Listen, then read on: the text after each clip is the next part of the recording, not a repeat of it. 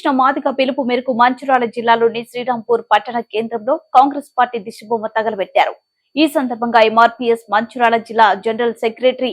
సుందిమల మల్లేష్ మాదిగ మాట్లాడుతూ తెలంగాణ రాష్ట్ర వ్యాప్తంగా 17 పార్లమెంట్ స్థానాలు ఉండగా అందులో 3 ఎస్సీ రిజర్వేడ్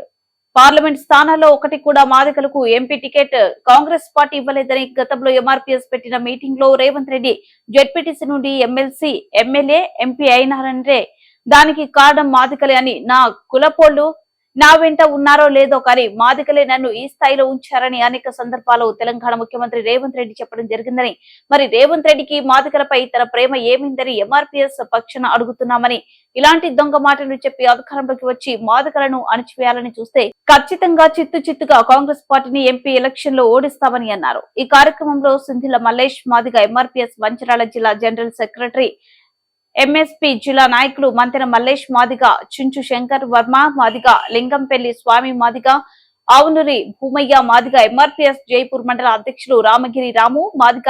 ఎంఎస్పీ ఎంఆర్పీఎస్ నాయకులు తదితరులు పాల్గొన్నారు.